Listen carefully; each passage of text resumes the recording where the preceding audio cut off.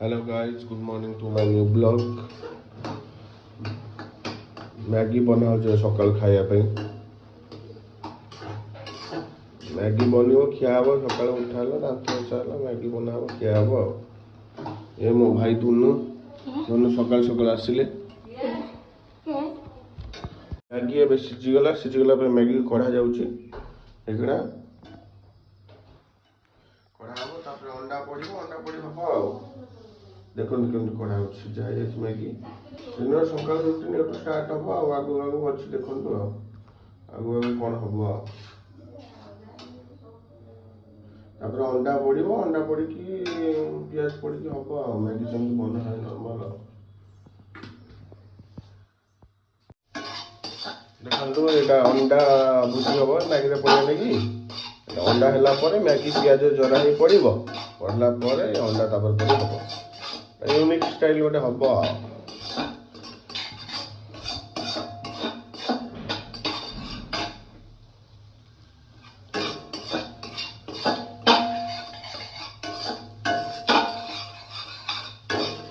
नुआ नुआ भिड करुँच किसी त्रुटि क्षमा करदे कहे कमेंट है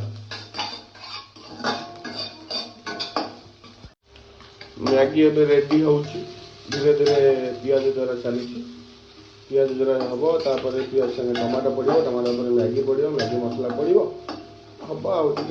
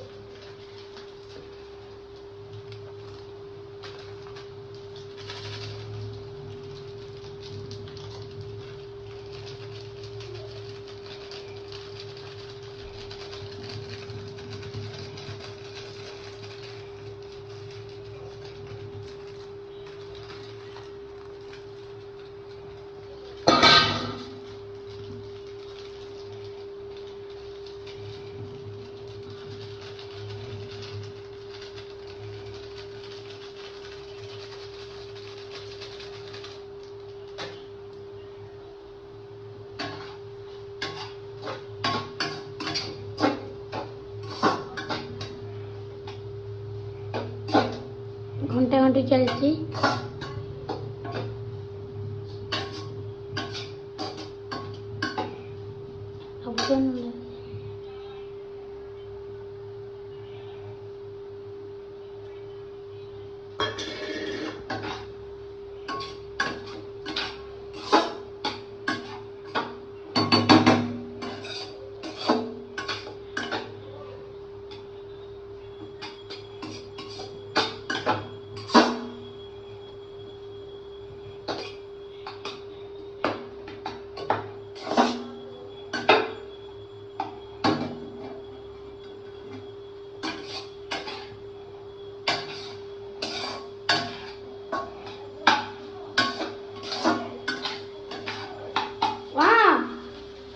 ଭାଇ କ'ଣ ମାଛ କ'ଣ ଅଛି ଦେଖାଉନ। ସିଲଭର କାପ ରୋହି ରୂପଚାନ୍ଦି କେତେ ଟଙ୍କା କିଲୋ? 200 160 180 160 180 କୋଉଟା? ରୂପଚାନ୍ଦି 160 ସିଲଭର କାପ 180 ରୋହି 200 200। ଆଉ ଏଇ ମାଛ ଗୋଟେ ବାହାର କରୁନ। ଏଇଟା କି ମାଛ? ଏଇଟା କି ମାଛ? ଏଇଟା ମିର ଦଉନ ସେଇଟା ଗୋଟେ ସେଟା କିଲୋ କେତେ? 200 200 କମ ଭାଇ କମ କର ନା। ନା ସେ ଟିକେ ସେ ଭାତ ରଖମ ଏଇଥିରୁ ଗୋଟେ ଦିଅ। ହଁ ସେଟା 160 ଟଙ୍କା କିଲୋ ତ? 180 ହଁ ଦିଅ ରୂପଚାନ୍ଦି 160 କମି ଯାଉଛି କିଲୋ ବହୁତ କମୁଛି ତ। ଆଉ ଦେଖୁନ କେତେ ଅଛି। କମି ଯାଉଛି ଆଉ ଅଧିକା ନା ଗୋଟେ ପକେଇ ଦେଇ ଛୋଟ ପକାଉ ନା। ଏଇଟା ପୋଳା ନେଇଗଲେ ଭଲ କାଠି ପୋଳା। ହଁ ପକାଅ କିଲେ ହଉନି ଯେମିତି ବି। 900 ନେବ ହଁ ଦେଇଦିଅ। ଦେଶୀ ମାଛ ନା କ'ଣ? ଦେଶୀ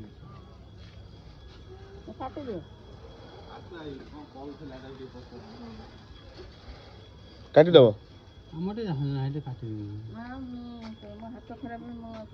ହଁ ଠିକ୍ ଅଛି କାଟିଦେବା। ଆଉ ତମେ ଇଏ କର କେତେ ଟଙ୍କା କହୁନ?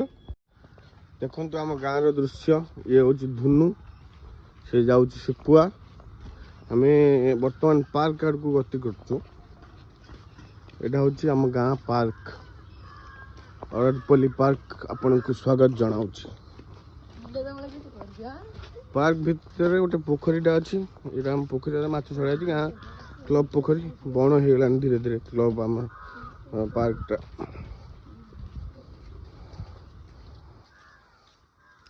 ଭଲ ଲାଗେ ଗାଁର ପରିବେଶ ବହୁତ।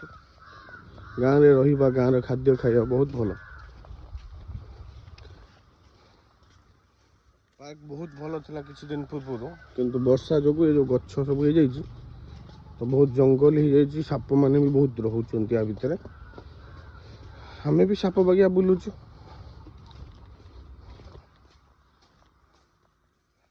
ଭଲ ଲାଗେ ପବନ ହୁଏ ଟିକେ ଏଠି, ମାନେ ଟିକେ ଖୁସି ଲାଗେ, ବହୁତ ସୁଖ ଲାଗେ ଟିକେ ଏଠି ବୁଲିଲେ।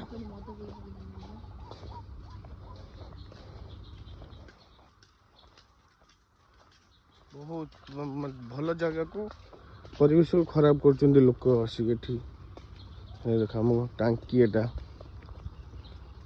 ଏଇଠି ପାଣି, ମାନେ ଆମ ଗାଁର ପାଣି ଟାଙ୍କି କିଛି ଲୋକ ଭାଙ୍ଗିକି ଦେଇଛନ୍ତି। ଆକୁ ଲାଇଟ୍ ଜଳୁଥିଲା ରାତିରେ, ସୁବିଧା ଭଲ ହୁଏ, ଲୋକମାନେ ଆସନ୍ତି ବସନ୍ତି, ପବନ ହୁଏ।